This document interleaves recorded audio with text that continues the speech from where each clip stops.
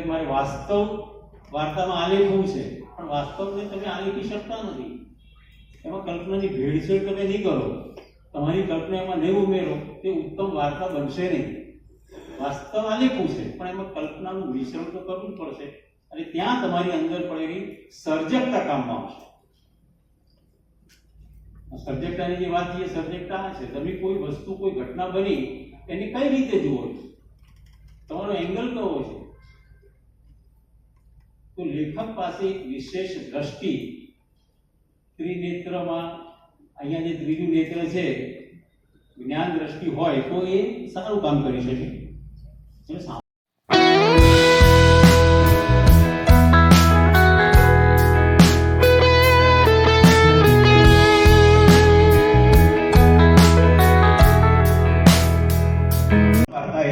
લખાણનો એમના માટે માર્ગ ખોલ્યો અને બાદમાં આવ્યું તેમનું સુંદર પુસ્તક સોનેરી જરીવાળી માછલી, કે જે 12 ટૂંકી વાર્તાઓનો સંગ્રહ છે, જેને અસાહિત સાહિત્ય સભા ઊંઝા દ્વારા 2023ના દ્વિતીય શ્રેષ્ઠ વાર્તા સંગ્રહનો પુરસ્કાર મળ્યો.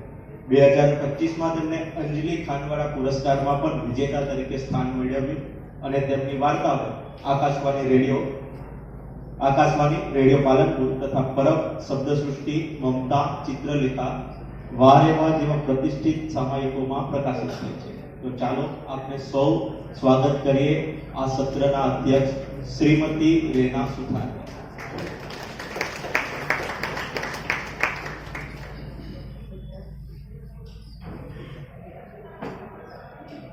અને હવે મિત્રો, આજનો આ ખાસ સત્રનો મુખ્ય ઉદ્દેશ છે કે આપની વાર્તા ક્યાં નબળી પડે છે.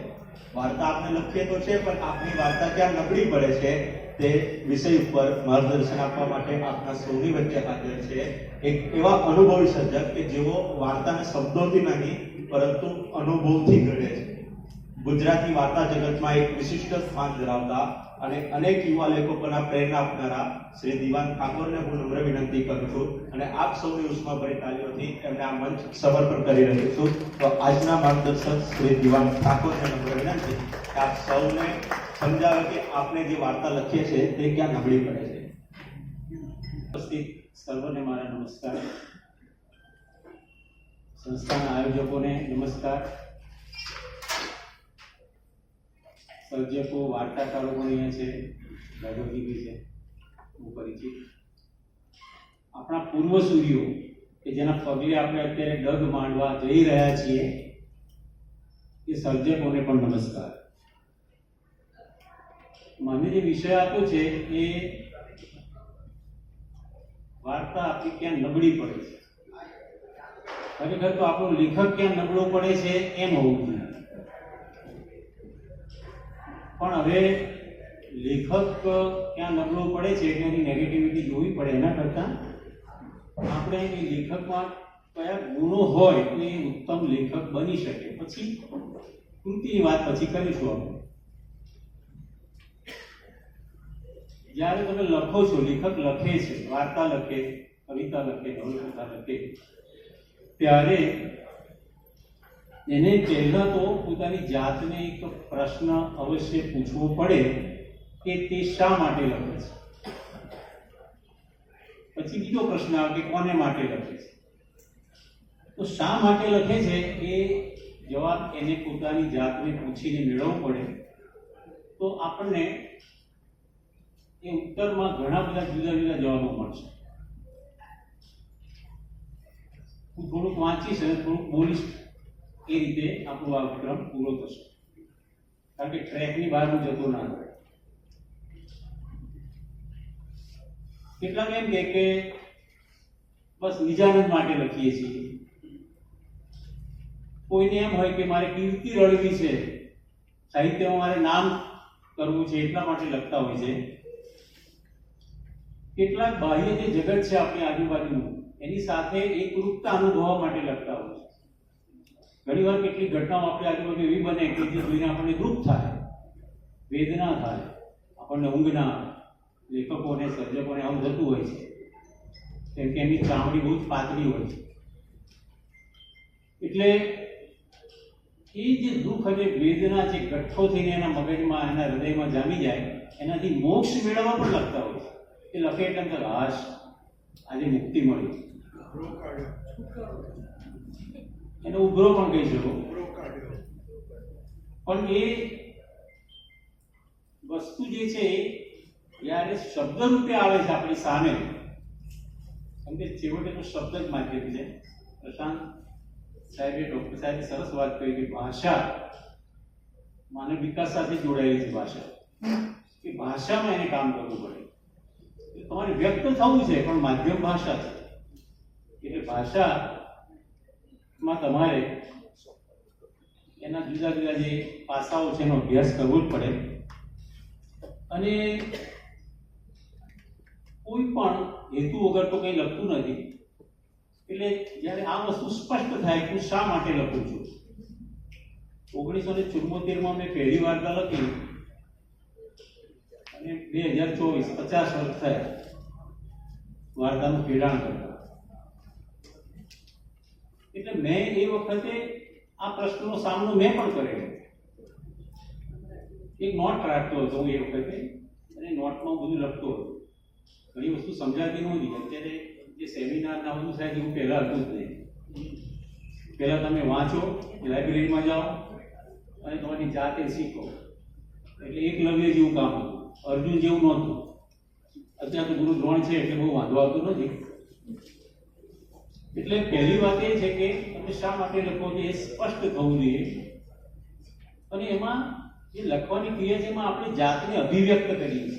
દરેક વ્યક્તિ પોતાની જાતને વ્યક્ત કરવા માંગે છે. ઘણી વાર એવું બને કે કોઈ વાર્તા છપાઈ હોય અને પછી વાંચકનો ફોન આવે, તમારી વાર્તા ગમી, સારી છે, એ 5 મિનિટમાં વાત પૂરી થાય પછી એની વાત કરવા માંડે. પછી આપણને કંટાળો આવે મને, એટલે હું એને કંટ્રોલ કરવા પ્રયત્ન કરું, પણ એની વાત કરે એની વાત કરું, સાંભળું શાંતિથી. હું સાયકોલોજીસ્ટ તો નથી, પણ એ સાંભળવાથી એને સારું લાગે છે, એને શાંતિ મળે છે, એ રીતે અભિવ્યક્ત થાય છે. એટલે ભાષાની માધ્યમથી, ભાષાના જે માધ્યમ છે એમાં વાર્તાનું સ્વરૂપ બહુ કઠિન છે. લાભશંકર ઠાકરે એવું કહેતા અમને પાક્ષિકીમાં જ્યારે મળતા કે કવિતા લખવી આમ તો અઘરી છે, પણ જેને ફાવટ આવી જાય છે તો જેને સ્ફુરે છે લખે છે. નવલકથા લખવી સહેલી છે પણ વાર્તા લખવી અઘરી છે એવું એ ત્યાં કહેતા પરિષદમાં. અને જે મિત્રો વાર્તા સાથે કામ બહાર પાડે છે એમને ખ્યાલ પણ આવતો જ હશે કે વાર્તાનું જે ફોર્મ છે બહુ જ ઓછા શબ્દોમાં તમારે આખી વાત કરવાની છે.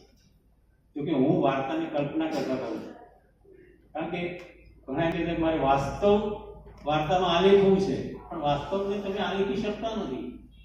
એમાં કલ્પનાની ભેળસેળ તમે નહીં કરો, તમારી કલ્પના એમાં નહીં ઉમેરો, તે ઉત્તમ વાર્તા બનશે નહીં. વાસ્તવ આલેખવું છે પણ એમાં કલ્પનાનું મિશ્રણ તો કરવું જ પડશે, અને ત્યાં તમારી અંદર પડેલી સર્જકતા કામમાં આવશે. સર્જકતાની જે વાત છે, સર્જકતા છે તમે કોઈ વસ્તુ, કોઈ ઘટના બની એની કઈ રીતે જુઓ છો, તમારો એંગલ કયો છે. તો લેખક પાસે એક વિશેષ દ્રષ્ટિ, ત્રિનેત્રમાં અહીંયા જે ત્રીજું નેત્ર છે જ્ઞાન દ્રષ્ટિ હોય તો એ સારું કામ કરી શકે. સામાન્ય રીતે આપણે જોઈએ છીએ કે દુનિયાના પહેલી વસ્તુ તો એ છે કે આપણે ઘણું બધું વાંચવું તો પડે. ઘણું બધું તમે વાંચો ત્યારે તમે થોડુંક લખી શકો. બિપિન પટેલ આપણા સારા વાર્તાકાર છે તો એવું કહેતા એ છે આજે પણ કે 100 વાર્તા વાંચો પછી 1 વાર્તા લખો. એટલે પૂર્વસૂરીઓએ બીજાઓએ શું લખ્યું છે અને આપણે શું લખી રહ્યા છીએ કંઈક જુદું હોય, કંઈક વિશેષ હોય, એમાં કંઈક શબ્દની જે ક્રિયા છે, સબ્જેક્ટતા છે એ આવતી હોય તો એ લખાણ કોઈ વાંચશે એને ગમશે.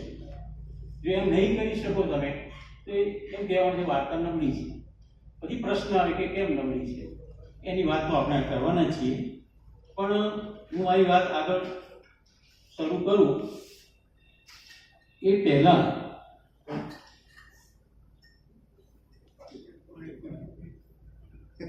લેખક તરીકે જ્યારે તમે સ્થાપિત થાવ છો લેખક તરીકે, ત્યારે લેખકમાં કયા ગુણ હોવા જોઈએ? આપણે તો મનુષ્ય છીએ અને મનુષ્યો બધા નબળાઈઓથી ભરેલા પણ છીએ, ગુણો છે, અવગુણો પણ આપણામાં છે. પણ જ્યારે તમે લખો છો, શબ્દ બ્રહ્મની ઉપાસના કરો છો અને બ્રહ્મા સહોદર બનવાનો યત્ન કરો છો, ત્યારે લેખક તરીકે, વાર્તાકાર તરીકે, સર્જક તરીકે કેટલાક વિશેષ ગુણો હોવા અનિવાર્ય છે. અને એ હશે તો તમે સરસ સર્જન કરી શકશો. તો એમાં આપણે જોઈએ કે સૌથી પહેલા તો ભાષાની જ વાત કરી કે ભાષા ઉપર આપણી પકડ હોવી જોઈએ. ડિક્શનરી વાપરવાનું, શબ્દકોશ વાપરવાનું ધીમે ધીમે આપણે ભૂલતા જઈએ છીએ. અને રસોઈ ક્યાં, દીર્ઘઈ ક્યાં, અનુસ્વાર ક્યાં મૂકવું, અલ્પવિરામ ક્યાં મૂકવું, એ તરફની સજગતા આપણી ઓછી છે. એને કારણે પણ ઘણા પ્રશ્નો થાય છે. એટલે સૌથી પહેલું તો કોઈ પણ એક દાખલા તરીકે હું છું તો હું કહું એમ મારે લખવું છે તો હું મારી પાસે શબ્દકોશ રાખું જ છું, તરત જોઈ લઉં. વારંવાર શબ્દ વાપરીએ તો પણ મગજમાંથી ઘણીવાર નીકળી જાય કે એમાં દીર્ઘઈ કરવાની છે, રસોઈ કરવાની છે, અનુસ્વાર ક્યાં મૂકવાનો છે. એટલે ભાષા શુદ્ધિ તો હોવી જોઈએ, કારણ કે અર્થો બદલાઈ જાય છે. તમે એક શબ્દ એકની બદલે બીજો રગ લખો, રગ એટલે એ નસ બને, લોહીની નળી બને. અને રંગ લખો, એક અનુસ્વારથી આનો અર્થ બદલાઈ જાય. એટલે પહેલી વસ્તુ લેખક માટે જરૂરી છે કે ભાષા પર એની સરસ પકડ હોવી જોઈએ. અને બીજી વસ્તુ છે સર્જનાત્મકતા. સર્જનાત્મકતા એટલે તમે કોઈ પણ ઘટનાને કેવી રીતે જુઓ છો. બધા ઘટનાઓ તો આપણી આજુબાજુ બને છે, જીવન ઘટનાઓથી ભરપૂર છે. કઈ ઘટનાની વાર્તા લખવી? બધી ઘટનાઓની વાર્તા લખાતી નથી. તમે બધી જ ઘટનાઓની વાર્તા કરી શકો પણ નહીં. પણ જે ઘટના અનન્ય છે, જે જુદી છે, જે તમને તમારા સંવેદનને તમને હચમચાવી નાખે છે. એક પ્રસંગ હું કહું કે હું બેંગ્લોરથી આવતો હતો અને બેઠા હતા બેંગ્લોર, બધા વાતોચીતો ચાલતી હતી. ટ્રેન એની ગતિ પકડી રહી હતી અને બાર ખેતરો પસાર થઈ રહ્યા જોઈ રહ્યા.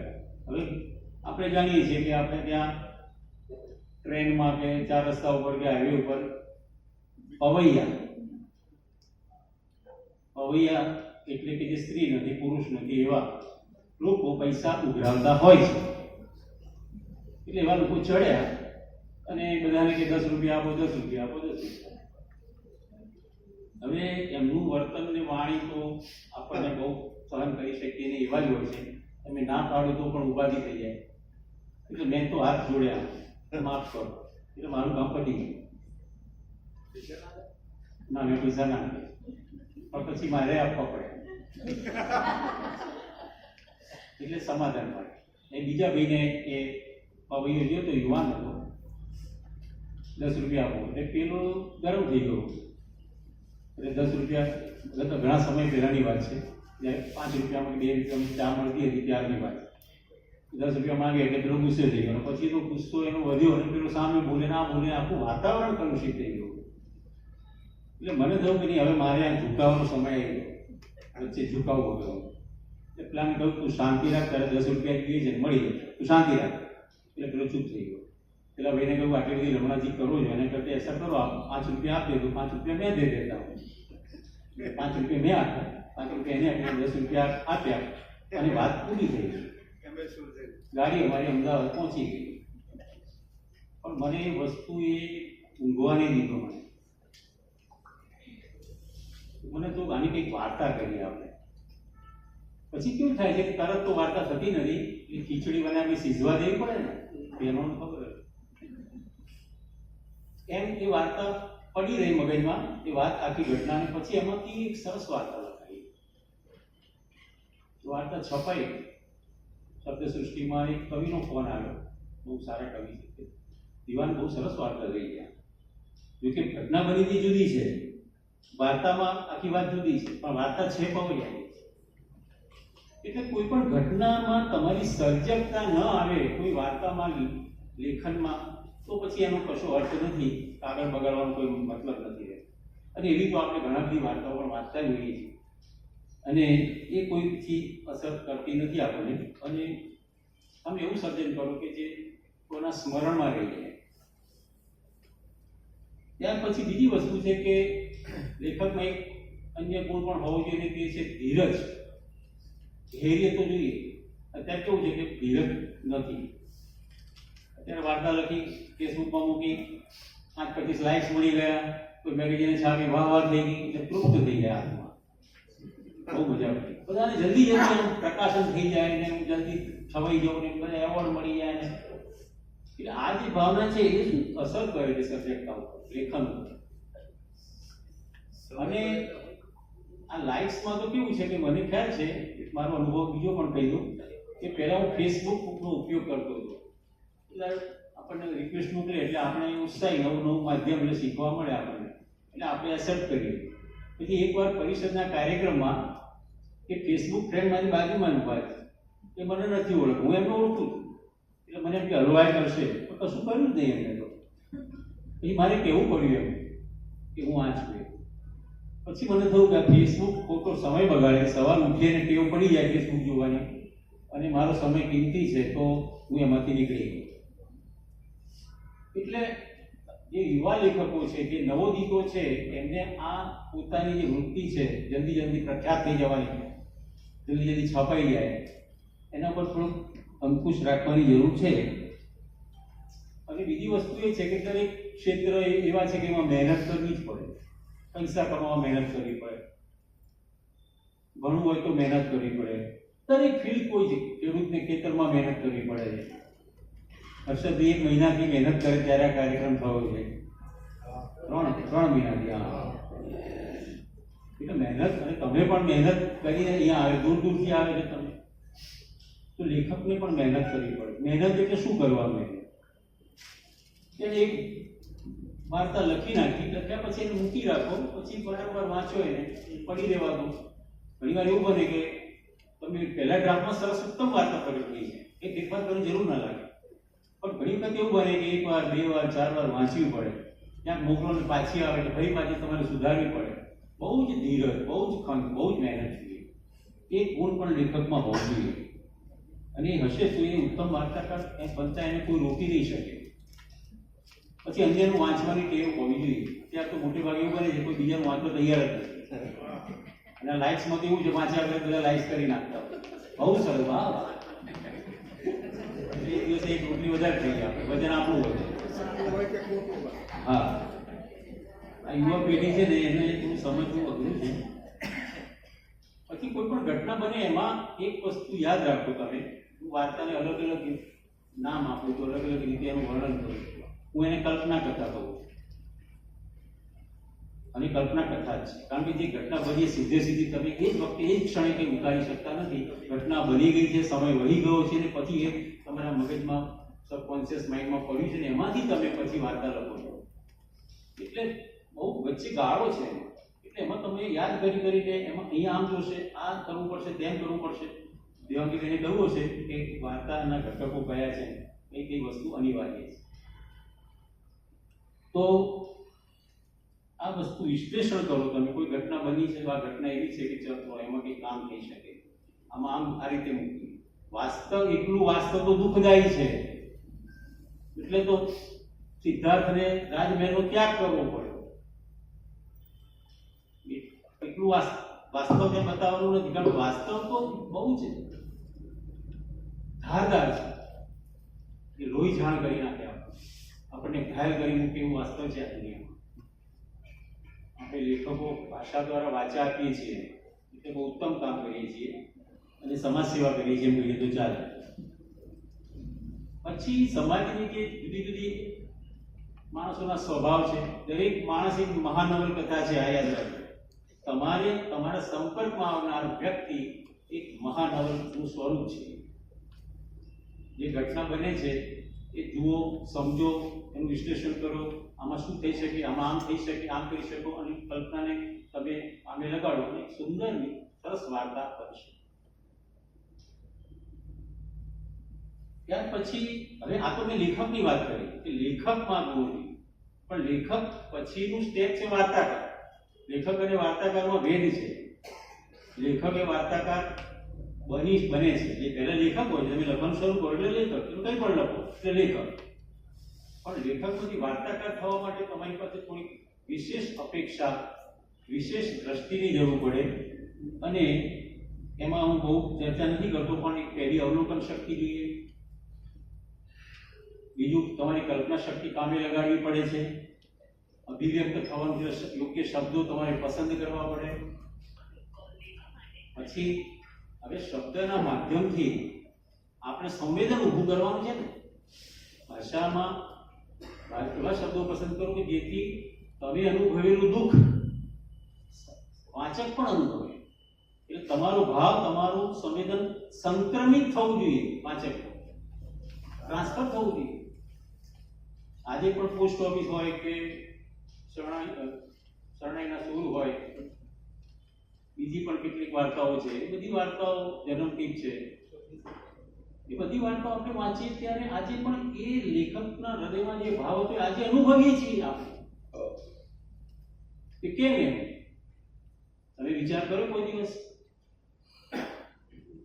તો શબ્દ જ્યારે તમે પસંદ કરો છો અને શબ્દ જ્યારે તમે લખો છો, એ કાગળ, સફેદ કાગળ ઉપર જે કાળો અક્ષર અવતરે છે, ઉતરે છે ને અવતરે છે, એમાં તમારી ચેતના સંક્રમિત થાય છે, એમાં ચેતના ભળે છે.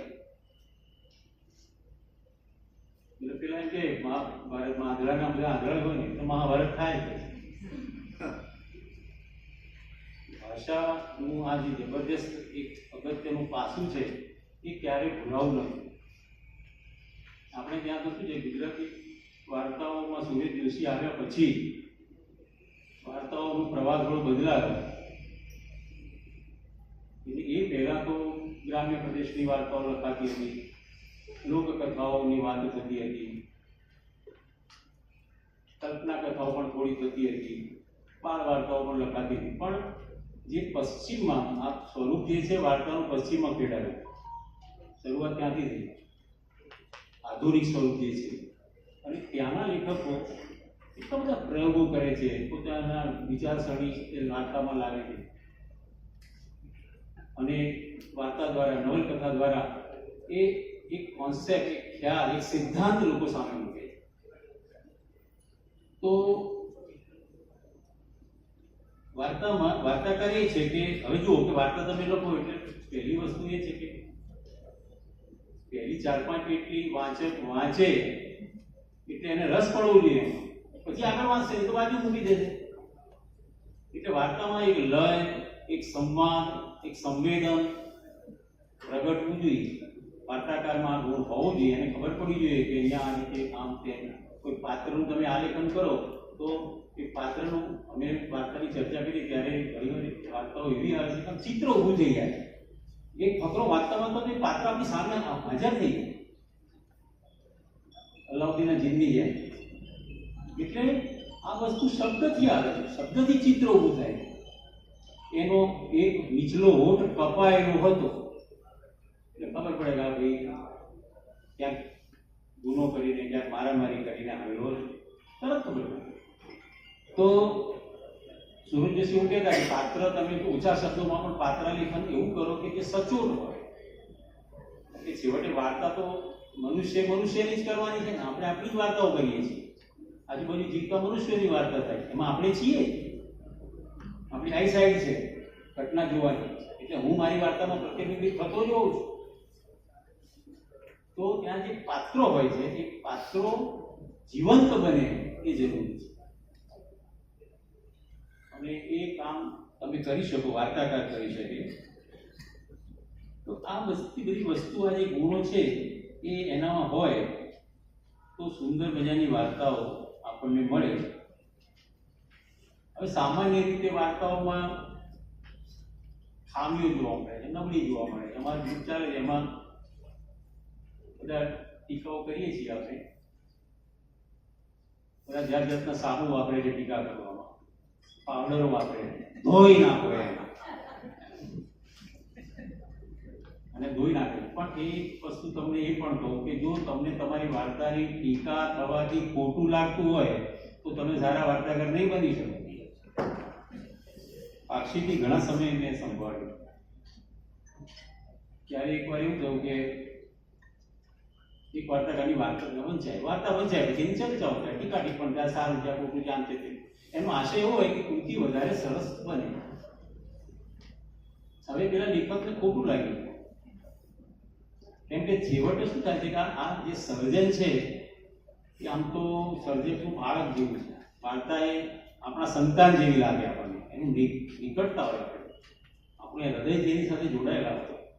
માં હોય એને એના બાળક ગમે એટલું તોફાની હોય પણ કોઈ ટીકા કરે ગમે એ સામેવાળાને આક્ષેપ કરે, જ્યાં જ્યાં તારો છોકરો જેવો છે, મારો છોકરો ડાયો છે કે લઈ આ કુંવર જેવો. એટલે એમની ટીકા વાર્તાની થઈ, એટલે કૃતિની ટીકા થઈ, વાર્તાની ટીકા થઈ. હવે એક વસ્તુ એ છે કે કોઈ ટીકા કરે તો તમારે સ્વીકારવી હોય તો સ્વીકારો. એ ઇન્ડિયન પિનલ કોડ લાગતો નથી ત્યાં. ન સ્વીકાર્યું તો ન સ્વીકારો, પણ ટીકા વાર્તાની છે. પણ લેખક એવું મારી ટીકા કરી, પછી મને મળ્યા લેખકોને, મને કે તમને ખબર છે હું કોણ છું? મારે તો કંઈ બેલેન્સ રાખવું પડે, કેમ કે સ્ટેજ પર બેઠો શું થયું? મેં કંઈક થયું? તમને ખબર છે મને ગોલ્ડ મેડલ મળેલો છે? એટલે મને તરત ખબર પડી કે આપને ખોટું લાગ્યું છે. એટલે મેં તરત સામો પ્રશ્ન કર્યો, આ વાર્તાને ગોલ્ડ મેડલ મળેલો? કે ના ના, એ તો પેલી વાત. તો વાત આ વાર્તાની છે, પેલી વાર્તાની નથી. એટલે તમે છે ને, ફરી ઠાકર સાહેબને યાદ કરું, લાભશંકર ઠાકર, એ હંમેશા કહેતા કે વાર્તામાં બિનઅંગતતા જોઈએ. એટલે તમે જુદા છો, તમારી વાર્તા જુદી છે. તમારી વાર્તા એ તમે નથી. હા, તમારું સમજણ, તમારું જ્ઞાન, તમારું સંવેદન એ બધું જ છે એમાં, પણ એ તમે નથી. એટલે પહેલી વસ્તુ, હવે ખામીઓ એટલે ઘણી બધી ખામીઓ હોઈ શકે. ચર્ચા કરી ત્યારે એમાંથી નીકળેલી ચર્ચાને તમે સ્વીકારો, આવકારો અને યોગ્ય લાગે તો ફેરફાર કરો. કેમ કે છેવટે ટીકાનો આશય તમને નીચા પાડવાનો નથી, તમારી કૃતિને ઉત્તમ બનાવવાનો. આ સત્ય તમે સ્વીકારો. નહીં સ્વીકારો તો તમે બની શકવાના નહીં સારા વાર્તાકાર. એક ચિત્રકારની વાર્તા મેં વાંચી, એક ચિત્રકાર હતો અને સરસ ચિત્ર દોરે, રાજાના જમાનાની વાત છે. અને પછી પોતાના ગુરુ પાસે લઈ જાય. ત્યાં ચિત્ર કેવું, આ જે નૃત્યાંગના છે એનું નાક બરાબર નથી, એટલે પેલો ઢીલો પડી જાય. પછી રાજાને બતાવે, રાજાના દરબારી વાહ વાહ વાહ વાહ, ઇનામ આપે, સિક્કા આપે, સન્માન. પણ પેલાને એમ કહેતા આખી દુનિયા મારે પ્રશંસા કરે છે, મારે ગુરુ જ મને ના પાડે. પછી બીજું ચિત્ર બનાવે, પછી ગુરુ સામે મૂકે. ગુરુ કે ના ના બરોબર છે, પણ આ વાળની લટ છે ને બરાબર છે, કંઈક ને કંઈક ખામી ગુરુ કાઢે છે. અને પેલાને એમ થાય મારા ગુરુ જ્યારે પ્રશંસા કરે ત્યારે જ મને શાંતિ મળે. એ પણ એક શિષ્યનો ભાવ છે કે ગુરુ વખાણે તો બધાને ગમે, પણ ગુરુ વખાણે જ નહીં, કંઈક ખામીઓ કાઢ્યા જ કરે. અને પછી રાજા પાસે, રાજા વાહ વાહ વાહ, બહુ ઇનામ કરેલું, આમ સન્માન ને બધું મળે. પછી હવે અંદર અંદર ધીમે ધીમે પેલો આક્રોશ વધતો જાય છે ગુરુ પ્રત્યે. હવે એમ થાય છે કે આ ગુરુ કેવા છે, બધા આખી દુનિયા મારા વખાણ કરે છે, ગુરુ વખાણ નથી કરતો. એટલે એકવાર એને થયું આ વખત તો એટલે બહુ કામ કર્યું, બહુ મહેનત કરી, ઉજાગર સુંદર ચિત્ર બનાવ્યું. આ વખત તો ગુરુ પ્રશંસા કરશે. ગુરુ તો ગુરુ જ હોય છે, ગુરુને પહોંચી ના શકે. કે ગુરુ પરબ્રહ્મ છે. ગુરુ પોતે આત્મજ્ઞાની, ગુરુ પોતે હું માનું છું કે એ મનુષ્ય રૂપે ઈશ્વર મારો અનુભવ છે. હવે મુખ્ય ગુરુ આવ્યો કે આ જે કમરનું જે વળાંક છે એ બરાબર નથી. ગુસ્સે થઈ ગયો ચિત્રકાર, તમે કેવા ગુરુ છો, આટલી દુનિયા આખી મારી વખાણ કરે છે અને તમે નાનકડી ખોડ કાઢો છો. પછી બોલે ગુસ્સામાં, તો પછી માણસ પોતાના પર કાબુ રહે નહીં. ગુરુ તો શાંત છે. એ ચિત્ર પાછું દરબારમાં ગયું, રાજા વાહવા કરી, ઇનામો મળે. પછી થોડોક સમય પછી શાંત બન્યો અને ફરી નવું ચિત્ર સર્જન કર્યું. અને પછી ફરી પાછું ગુરુ પાસે, એટલે ગુરુ કે વાહ શું અદભુત ચિત્ર છે. દિવસે ઊંઘ આવી એટલે સરસ શાંતિ થઈ ગઈ. હવે મારા ગુરુને તે પ્રશંસા કરી. પછી બીજું ચિત્ર, ગુરુ કે વાહ વાહ, ત્રીજું ચિત્ર વાહ વાહ, ચોથું ચિત્ર વાહ વાહ. પણ પછી એનાથી ઉલટું દરબારમાં થવા માંડ્યું. આમાં મજા નથી, આ બરોબર નથી, આમ નથી તેમ. પછી તો ધીરે ધીરે રાજાનો પણ એના પ્રત્યેનો ભાવ ઓછો થતો ગયો, દરબારીઓનો પણ ઓછો થતો ગયો, ઇનામો પણ ઘટતા ગયા. એટલે એને પછી થયું કે આમ કેમ થયું. છેવટે તો ગુરુ પાસે જવું પડે પ્રશ્નના ઉત્તર માટે. એટલે ગયો અને પૂછ્યું. એટલે ગુરુ એને શાંતિથી કહ્યું, બેસ, હવે સામજ, મારે હવે સમય આવી ગયો છે કહેવાનો. તારી બધી જ કૃતિઓ ઉત્તમ હતી, પણ હું એવું ઈચ્છતો હતો કે તું વધુ ને વધુ ઉત્તમ ચિત્રકાર બનતો જાય, વિશ્વમાં તારા જેવું કોઈ ચિત્રકાર ના હોય, એવી મારો ભાવ હતો. એટલા માટે હું ફૂલ કાઢું, બાકી બધું ઉત્તમ જ હતું. પણ તારી ધીરજ રહી નહીં, તું ગુસ્સે થયો. એટલે પછી એ પ્રશંસા કરવાનું ચાલુ કર્યું. શું પરિણામ આવ્યું જોયું ને. એટલે મિત્રો, વાર્તાની ટીકાઓને સ્વીકારજો. કેમ કે ટીકા માણસ એવું બને કે કોઈ ઈર્ષાથી ટીકા કરતું હોય. ઈર્ષા તો સ્વાભાવિક વસ્તુ છે. સારા વસ્ત્રો આપણે પહેર્યા એટલે લોકો ટીકા કરતા હોય, સારું કાર્યક્રમ સફળ થાય તો પણ લોકોની ઈર્ષા થતી હોય. એટલે આપણે એ વસ્તુને બાજુમાં રાખીએ, પણ 99% 90% ટીકા થાય છે એ આપણા કૃતિના લાભ માટે છે. કેમ કે તમે વાર્તા લખો છો ત્યારે બધા જ પાસાઓ તરફ તમારી દ્રષ્ટિ નથી હોતી, ક્યાંક તો તમે કશું ચૂકી જ જાઓ છો. અને એ વ્યક્તિ જ્યારે આગળ મૂકે ત્યારે આપણે જોવાનું યોગ્ય લાગે તો એવું કંઈ ફરજિયાત તો છે જ નહીં કે આનો સુધારો કરીને કામ કરી નાખો તેમ કરી નાખો. એટલે મુખ્ય પહેલી વસ્તુ એ બને છે કે ખામીઓની આપણે વાત કરીએ તો સામાન્ય ખામીઓમાં એક તો કથા વસ્તુની ખામી. તમે જે ઘટના લો છો, જે કથા એમની અંદર કથા તો હોય છે. સુરેશ જોશીએ એમ કહ્યું એમના સમયમાં કે આપણે ત્યાં ઘટના પ્રધાન બહુ વાર્તાઓ લખાતી હતી, અને કેટલીક તો એવી વાર્તાઓ મેં સાંભળી કે અસહ્ય હોય, તમે બેસી જ ના શકો, ભાગી જવાનું મન થાય. ઘણી વાર આપણે ફિલ્મો જોતા હોઈએ તો સાઉથની ફિલ્મોમાં એવું થાય કે હીરો હોય એના હાથમાં કોઈ શસ્ત્ર ના હોય, બંદૂક ના હોય, અને પેલા જે બીજા હોય વિલન બધા શસ્ત્રો સજ્જ હોય, પણ પેલો એકલો બધાને પહોંચી પડે, ટીસુમ કરી બધાને પાડી દે, એના હાથમાં કશું નથી દો. એટલે આપણે તો આ મનોરંજનનું સાધન છે, એન્ટરટેનમેન્ટ, એટલે સ્વીકારી લઈએ. પણ વાર્તામાં એવું કરી શકાતું નથી. વાર્તા વાસ્તવ અને કલ્પનાની અડોઅડે ચાલે છે. સામેની વ્યક્તિને એ ગમવી જોઈએ, એને લાગવું જોઈએ કે નહીં, બરાબર છે.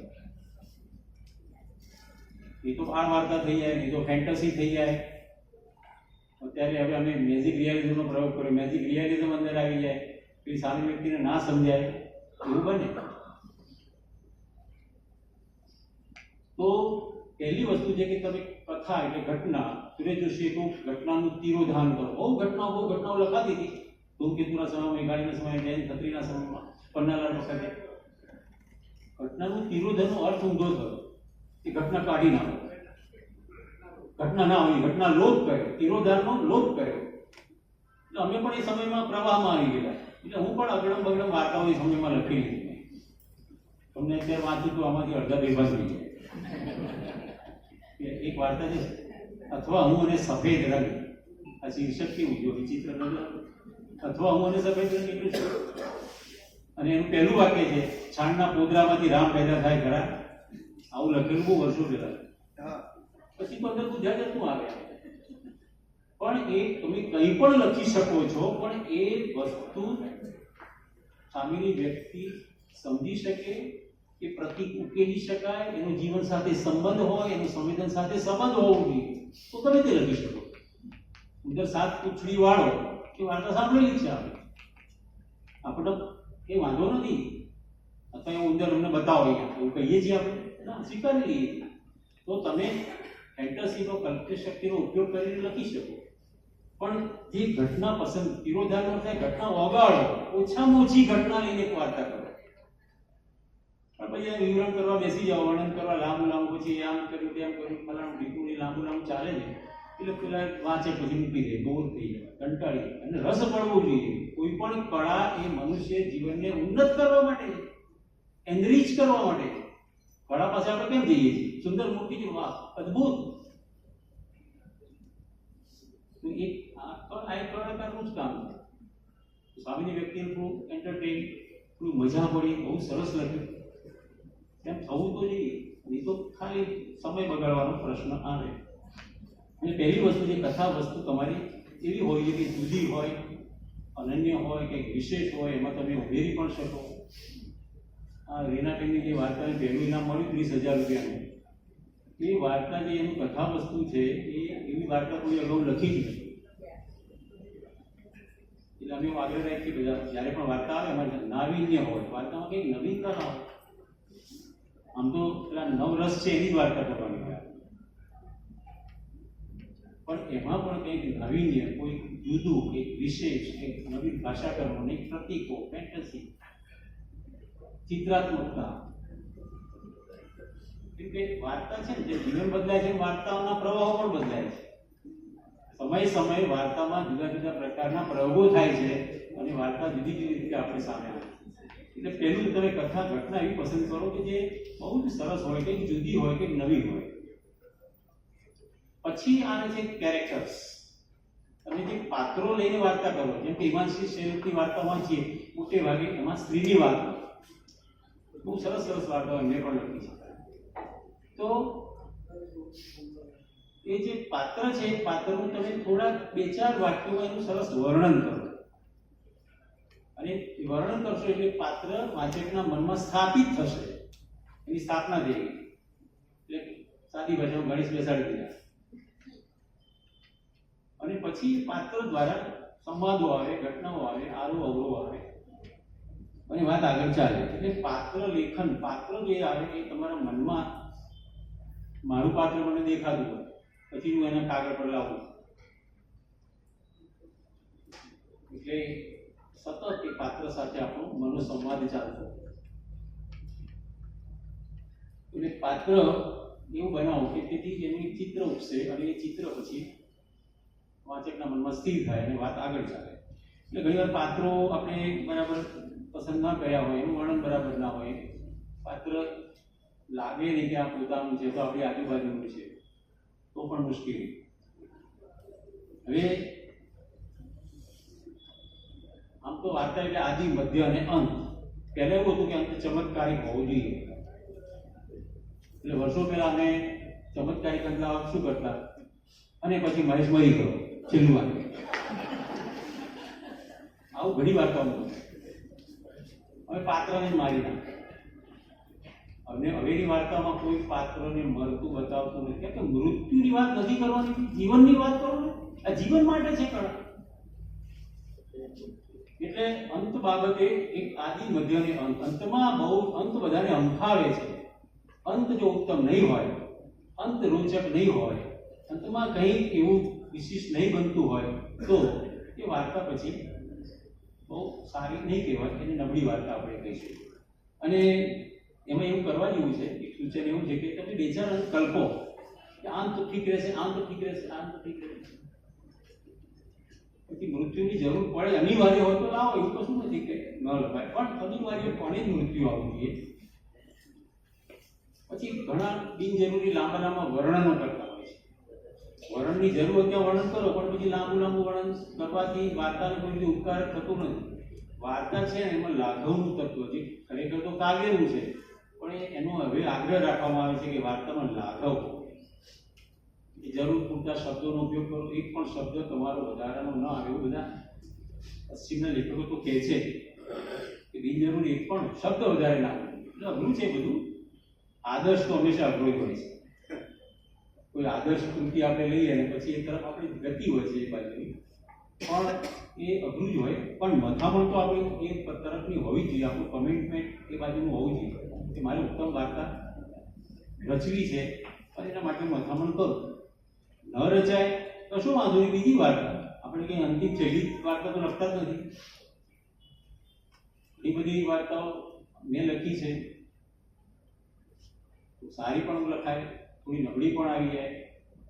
કોઈકમાં કંઈક વસ્તુ સારી છે, કોઈકમાં કોઈ વસ્તુ સારી છે, અલગ અલગ પણ બને. એટલે પેલી પછી ઘરનો પ્રસંગ યાદ આવે, દાળ ભાત શાક રોટલી જમવા બેઠા છીએ અને દાળમાં મીઠું વધારે છે પણ શાક ટેસ્ટી છે, તો આપણે શાકને જ વખાણ કરવાના, કારણ કે સાંજે પાછું જમવાનું છે. એ ઘરવાળીના હાથનું ના મીઠું પણ દાળમાં ભાન નથી પડતું, આટલા વખતે રસોઈ કરો છો મીઠું વધારે પડી જ કેમ? હવે ત્યાં શું થાય? એટલે ખામી ત્રુટિ હોય સ્વાભાવિક છે, પણ જાગૃતિ પણ એટલી રાખવાની છે કે જેને કારણે વાર્તા વધારે સારી સૂચનો બધાને સાંભળીને પછી યોગ્ય લાગે એટલું કામ કરીએ. એટલે બધી જ વાર્તાઓ ઉત્તમ લખાવાની નથી. બીજી એક વસ્તુ એ છે કે હમણાં એની વાત થઈ કે જીપીટીનો ગૂગલ છે જેનો આપણે ઉપયોગ કરીએ, પણ એ ટેકનોલોજી છે. એક બાળકને એક ઘટના બની થોડા દિવસ પહેલા. હું અત્યારે મેડિકલ કેમ્પમાં ગયા માનવ પરિવાર એક માજી આવી મારી ચાલી પણ નહીં શકે. તો એમને મેં પૂછ્યું કે કોઈ આવ્યું નહીં તમારી સાથે? એટલે રડવા માંડ્યો, આમ આંસુ નીકળ્યું. હવે તમે એટલે મારી શું દશા થાય? એમને ખબર હું લેખક છું. પછી લખાશે ત્યારે વાર્તા તો લખાશે. પછી સાંત્વન આપ્યું. મેં બાજુમાં એક સાહેબ ત્યાં થોડી હેલ્પ કરી આપી, મેં કરી. પછી એક બીજે બોલે કહેવા લેવા માટે મૂકી. કોઈ પણ ઘટના બને છે ત્યારે એ આપણા સંવેદનમાં આવે છે. આવ્યા પછી આપણે એની વાર્તા કરીએ છીએ. એટલે જીવન સાથે આપણું કામ પાડવાનું છે. હવે આમાં જે ફિલિંગ્સ મેં અનુભવી કે એઆઈ કે ગૂગલ કે એમાં કશું નહીં મળે તમને. હા, ટેકનોલોજીની રીતે તમને મદદ કરશે, પણ એમાં પણ તમારે વિવેક બુદ્ધિનો ઉપયોગ તો કરવો જ પડશે. પછી કોઈકે પ્રશ્ન કર્યો કે આ એઆઈ ને બધું છે એ માનવને પણ અતિક્રમી જશે તો શું? તો પેલા પછી મને ત્યાં બેઠા બેઠા એવું યાદ આવ્યું કે પેલા ભોળા શંભુ બધાને વરદાન આપી દેતા હતા, અને પછી ઇન્દ્રને ભગાડી દે, બધાને ભગાડી બેસી જાય. પછી પાછું બીજું કોઈક કાલ ભેરો ઉભા કરે એને ખતમ કરે. એટલે છેવટે તો મનુષ્ય જ સર્વોપરી રહેવાનું. એટલે તમે જ સર્વોપરી રહેવાના, ભલે બધી ટેકનોલોજી આપી. એટલે તમે વાર્તાને કયા એંગલથી જુઓ છો એ વસ્તુ મહત્વની છે. કેટલો સમય છે મારી પાસે? પૂરું 5-7 મિનિટ? 3 મિનિટ. તો મારે હજુ 7 પાના જ થાય છે, 16 લખ્યા છે.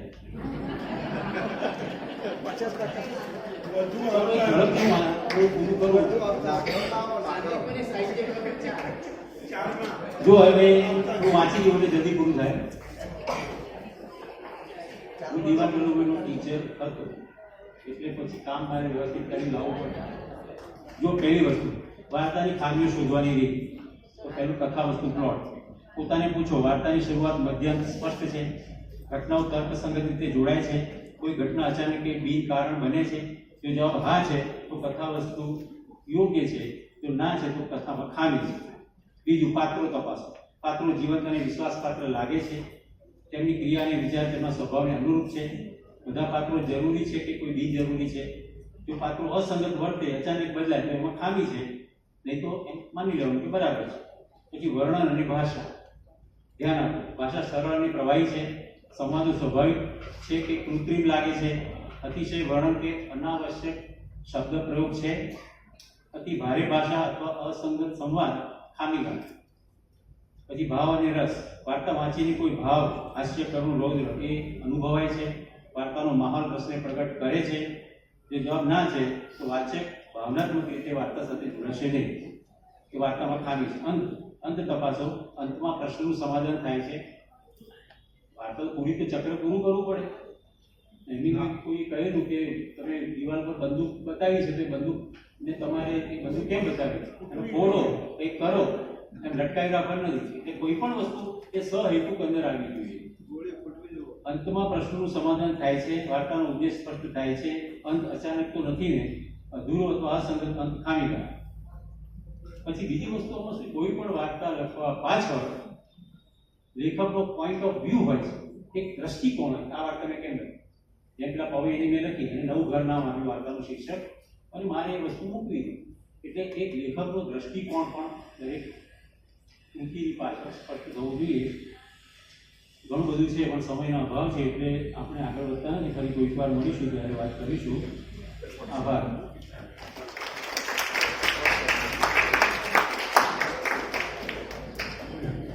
ખૂબ ખૂબ આભાર સાહેબ આપનો. આ સત્રમાં અમને આટલું સરસ માર્ગદર્શન આપવા બદલ. હવે અમારે બધાને વિશ્વાસ છે કે અમે જે વાર્તાઓ લખી રહ્યા હતા એ વાર્તાઓ ક્યાં નબળી પડતી હતી ને એ આજે અહીંયા બેઠેલા અમારે બધાને સમજાઈ ગઈ ને હવે અહીંયા બેઠેલા તમામના એ પ્રયત્નો જરૂર હશે કે હવેથી અમારા દ્વારા જે વાર્તાઓ લખાય છે એ ક્યાંક ને ક્યાંક સરળ પણ વધારે મજબૂત બનીને લોકોની સમક્ષ આવે. હું શ્રીમતી સુથાર રહેના સુથારને વિનંતી કરું છું કે પોતાના સત્ર અહીંયા જે સત્ર પણ પોતાનો દ્રષ્ટિકોણ.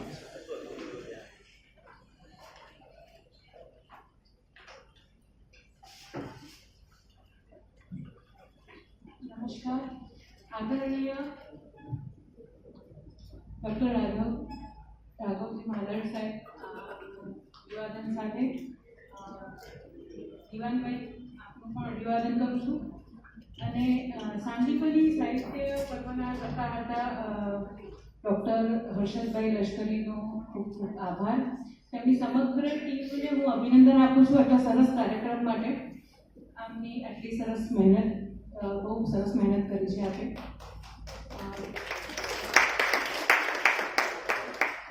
હું પણ વધારે સમય નહીં લઉં, થોડું કન્ફ્યુઝન પ્રોગ્રામનું આપતા કહીશ કે સૌથી એટલે કે છે ને કે વાર્તા નબળી ન થાય એના માટે શું તેનું સૌથી મોટું ઉદાહરણ જ આજની જે છે સેશન કે સવારથી 10 વાગ્યાથી શરૂ થયેલો સેશનમાં અત્યારે પણ જ્યારે હું આટલા શ્રોતાઓને જોઉં છું કે બધા એટલું સરસ ધ્યાનથી સાંભળી રહ્યા છે, બેઠા છે, તો વાર્તાનું પણ એવું જ છે કે આ સવારમાં જે આપણે સૌથી પહેલાં આપણે સાહેબને સાંભળ્યા, પછી આપણે ઝા સાહેબને સાંભળ્યા, ત્યારબાદ આપણે અનુક્રમે ડૉક્ટર રાઘવજી માલડને સાંભળ્યા. દરેકનું સેશન, ચાહે પછી દેવાંગીબેનનું હોય કે પ્રશાંતભાઈનું હોય કે દિવાનભાઈનું હોય, દરેકના સેશન કેટલા સરસ રસપ્રદ હતા.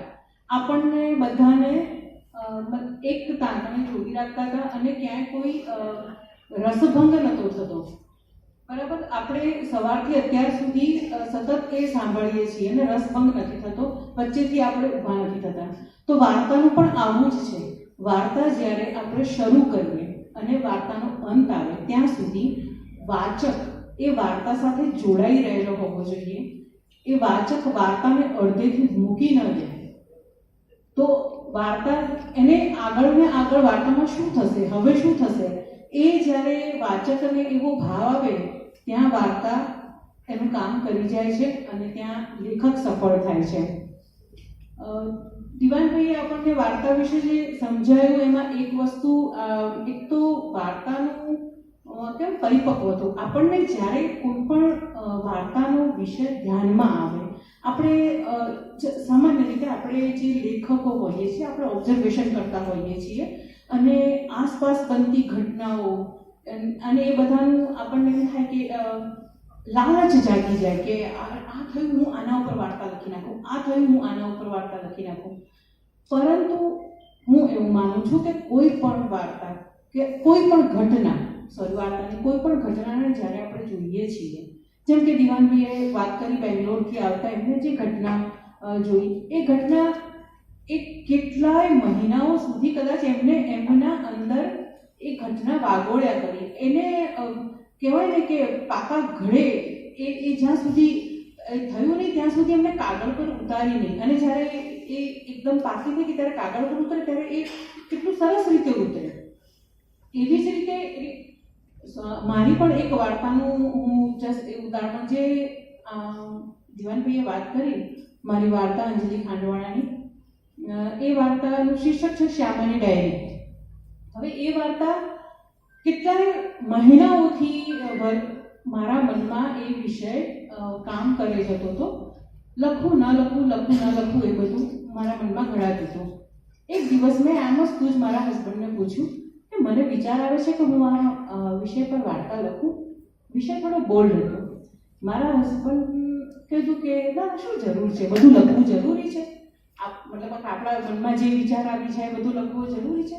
વાત સાચી હતી. ડર મને પણ લાગતો હતો, કેમ કે લેખક તરીકે ક્યારેક જજમેન્ટલ પણ થઈ જવાય છે. કારણ કે એમાં જ્યારે સ્ત્રી લેખક તરીકે તમે કશું પણ લખો ત્યારે બહુ તરત જજમેન્ટલ થઈ જાય છે. તો એ બી મેં મૂકી દીધો વિચાર, પણ એ જે વિષય હતો ને મને જપવા નહોતો દેતો અને મને એવું થતું હતું કે ના કંઈ પણ થાય, પણ મેં મારી જાતને પ્રોમિસ આપ્યું કે હું એને બેલેન્સ કરીને લખીશ. હવે જો એ વિષયને હું સાદી રીતે કોઈ રીતે લખીશ તો ખબર નથી કે એની ઊંચાઈ પકડશે કે નહીં પકડે. એટલે મનમાં ફરી પાછું એ વિષયને એને યુદ્ધ શરૂ થાય કે આ વિષયનું હું આલેખન કેવી રીતે કરું. તો પોઈન્ટ એ છે હવે કે કોઈ પણ વિષય હોય એનું આલેખન એ વાર્તાને નબળું કે સબળી બનાવે છે. તમે વાર્તાને કેવી રીતે કાગળ પર ઉતારો છો, તમે વાર્તાને કેવી રીતે લખો છો. તો આ વિષયમાં જ્યારે મેં વિચાર્યું ત્યારે મને લાગ્યું કે હું આને ડાયરીના ફોર્મમાં લખું, અને મેં ડાયરીના ફોર્મમાં લખી જે વસ્તુ મને ફાયદો થયો એ વસ્તુનો. એટલે વાર્તા કહેવાની, વાર્તા છે ને એક કળા છે એકચ્યુઅલી. આપણે ખાલી વાર્તા લખવા એટલે ખાલી બસ મને મન થયું ને વાર્તા લખી કાઢીએ નહીં, એને જો કળાના સંદર્ભથી જોઈએ ને તો એક ઉત્તમ કલાકૃતિ તમને વાર્તા આપી શકે એમ છે. આપણે શિબિર એટેન્ડ કરીએ છીએ ઘણી બધી, આપણે વાર્તા કળાનું પુસ્તક વાંચીએ છીએ. દીવાનભાઈએ બહુ સરસ પુસ્તક લખ્યું છે વાર્તા કળા ઉપર. એ પુસ્તક તમને વાર્તા લખતા મદદ કરી શકે છે. જેમ કે તમારે મેજિક રિયલિઝમ સમજવું છે, તમારે ઘટનાલોક સમજવું છે, તમારે તિરોધન સમજવું છે, તો તમને મદદ કરી શકે છે. પણ અહીંયા એટલે બહેનો બેઠી છે એટલે હું એ ઉદાહરણ દ્વારા કહીશ કે આપણે રસોઈ કળાનું પુસ્તક વાંચીએ, આપણને કશું બનાવવું હોય ને આપણે ખોલીએ, પુસ્તક ખોલીએ, કે અત્યારે આજકાલ આપણે યુટ્યુબ ચેનલ ચાલુ કરી દઈએ છીએ, તો એ ખાલી જોઈ લેવાથી આપણી રસોઈ બની નથી જતી. એ જોયા પછી આપણે રસોડામાં જવું પડે છે અને એ જોઈને રસોઈ બનાવવા સાથે આપણે આપણા પોતાના એફર્ટ પણ નાખવા પડે છે. અને એની સાથે સાથે નાનપણથી એઝ આપણે એક સ્ત્રી જે પણ આપણે મમ્મીનું ઓબ્ઝર્વેશન કર્યું હોય કે જે પણ આપણે ઓબ્ઝર્વેશન, એ બધું જ એક સાથે આપણા જે કોન્શિયસ માઇન્ડમાં જે હોય છે બધી વસ્તુઓ, એ બધી વસ્તુઓ એ જે તે રસોઈ બનાવતી વખતે નીકળે છે અને એમાં એ અંદર થાય અને એનાથી આપણે એક બેસ્ટ ડિશ તૈયાર કરી શકીએ છીએ. એટલે આ રીતે આપણને વાર્તા કળામાં શિબિર અને એ બધું આપણને સારું હેલ્પ કરી શકે છે, પણ સાથે સાથે આ બધી વસ્તુ બી જરૂરી છે. છેલ્લે એક વાત કરીશ, જે દીવાનભાઈએ વાત કરી કે આપણે મતલબ ક્યારે પણ કોઈ આપણી વાર્તાને ક્રિટિસાઇઝ કરે ત્યારે ક્યારે નાસીપાસ ન થવું અને ક્યારે પણ મતલબ જે વાર્તાને કરતું હોય ક્રિટિક્સ એને ક્યારે આપણે બહુ નકારાત્મક ન લેવું. એનું એક ઉદાહરણ હું આપીશ. મારા એક સાહિત્યમાં ખાસ મિત્ર છે, એમને અત્યારે બહુ સરસ લખે છે, એમની વાર્તાઓ ખૂબ જ સારા મેગેઝિનમાં આવેલી છે, એમને ઘણા પારિતોષિક મળ્યા છે. વાતમાં એમને એક દિવસ મને કીધું કે રેના, મારી વાર્તાની સફર માટે તો છે ને હું મિસ્ટર XYZ ને ખૂબ ખૂબ આભાર માનીશ. મને નવાઈ લાગી. મેં પૂછ્યું કે કેમ, કેવી રીતે? કેમ કે મને ખબર છે કે રૂબરૂ તેઓ મળ્યા નથી, ઓળખતા નથી, તો કેમ? તો એમણે મને કીધું કે મેં જ્યારે એક વાર્તા લખી, વારેવા ગ્રુપ છે ફેસબુક ઉપર, તો કે રેના મેં જ્યારે વાર્તા લખી અને ત્યાં એની ઉપર મૂકી ત્યારે મને મિસ્ટર XYZ જેણે મને એવું કહ્યું હતું કે બેન, વાર્તા ન લખવી ને એ પણ સાહિત્ય માટે ઉપકાર, એક તમારો ઉપકાર જ થશે. એટલે તમે છે ને વાર્તા લખવાનું છોડી દો બેન, તો ગુજરાતી સાહિત્યને બહુ મોટો ઉપકાર થશે. તો કહે છે કે મેં એમની આ ટિપ્પણીને નકારાત્મક ન લીધી, પણ મેં મારી જાતને પ્રોમિસ આપ્યું કે હું બેસ્ટ વાર્તા આપીને રહીશ. અને એમને એટલી મહેનત કરી, એમને કેતન મુનશી પારિતોષિક પણ મળ્યું, એ સાથે એમને ઘણા બધા ઇનામો મળ્યા અને ખરેખર અત્યારે એમની વાર્તાઓ વખણાય છે. એટલે કહેવાનો મતલબ કે પહેલા તો તમે પોતે તમારી વાર્તાના ક્રિટિક્સ બનો, વાર્તાના પ્રેમમાં ન પડો, તમારા ખુદની વાર્તાના પ્રેમમાં તો ક્યારેય ન પડવું, અને કોઈ એને ક્રિટિસાઇઝ કરે છે તો બેલેન્સ રહીને એને જોવી. તો આ સાથે હું આપ સૌના આભાર સાથે આ સેશન શરૂ કરું છું. ધન્યવાદ.